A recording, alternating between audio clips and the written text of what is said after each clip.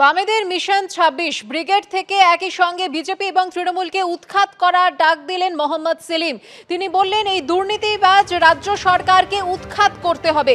সেই সঙ্গে তিনি এও বলেন যে এই ব্রিগেড থেকেই ২৬-এ উইকেট ফেলতে হবে। ব্রিগেড থেকে কি ঘুরে দাঁড়াতে পারবে সিপিএম? কাটবে শূন্যের গেরো? উঠছে এই প্রশ্ন।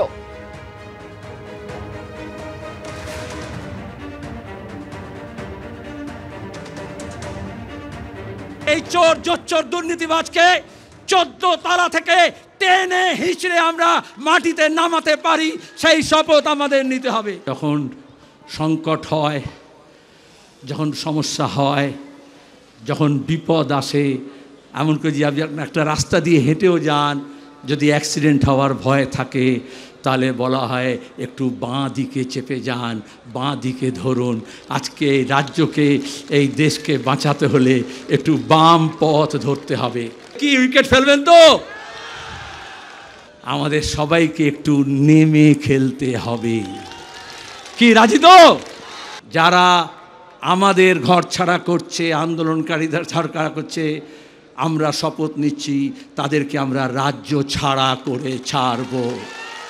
দিন পাল্টাচ্ছে, তার আগাম বার্তা এসছে। কোচবিহার থেকে কাকদ্বীপ কারুর মুরদ হবে না, লাল ঝান্ডার গায়ে হাত তুলবে। ২৬-এর লড়াইয়ের শুরু এখান থেকে হোক। যারা দূরবীন দিয়ে লাল ঝান্ডা দেখতে পাচ্ছিল না, আজকে আপনাদের এই ব্রিগেডে মেহনতি মানুষের সমাবেশে তাদের বুকে কাঁপন ধরেছে। এরই পাল্টা কুণাল ঘোষ কি বলছেন শোনাবো। ব্রিগেড থেকে কিছু হয় না।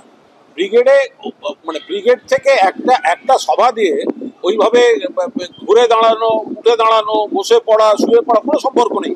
এর আগের যে ব্রিগেড হয়েছে তখন ওরা বলেছিল এই ব্রিগেড থেকে ঘুরে দাঁড়াচ্ছি, আর এমন ঘুরে দাঁড়িয়েছে বিধানসভায় শূন্য, লোকসভায় শূন্য। তো কোথায় সিপিএম? আর কমাস বাদে রাজ্যসভায় শূন্য হবে, 3 টায়ার শূন্য সিপিএম। তৃণমূলের পাশাপাশি বিজেপিকে উৎখাত করার ডাক দিলেন গতকাল ব্রিগেডের সমাবেশ থেকে সিপিএম এর রাজ্য সম্পাদক মোহাম্মদ সেলিম। তিনি বলেন যে কেন্দ্রে বিজেপির সরকার দুর্নীতি চালাচ্ছে এবং রাজ্যে তৃণমূল সরকার দুর্নীতি চালাচ্ছে। এরই পাল্টা শুভেন্দু অধিকারী কি বললেন শোনাবো।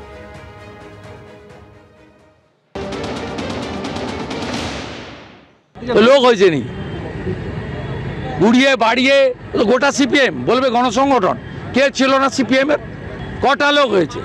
একটা বড় অংশের হিন্দুকে ধন্যবাদ দেব, তারা সিপিএম এর থেকে মুখ ঘুরিয়ে নিয়েছে। আজকে ছবি দেখান না, ফাঁকা মাঠ। এমনি তো মাঠের 1/10 করেছে, 9 ভাগ বাদ দিয়েছে আগে। 9 ভাগের মধ্যেও তো গোটা পিছনটা ফাঁকা।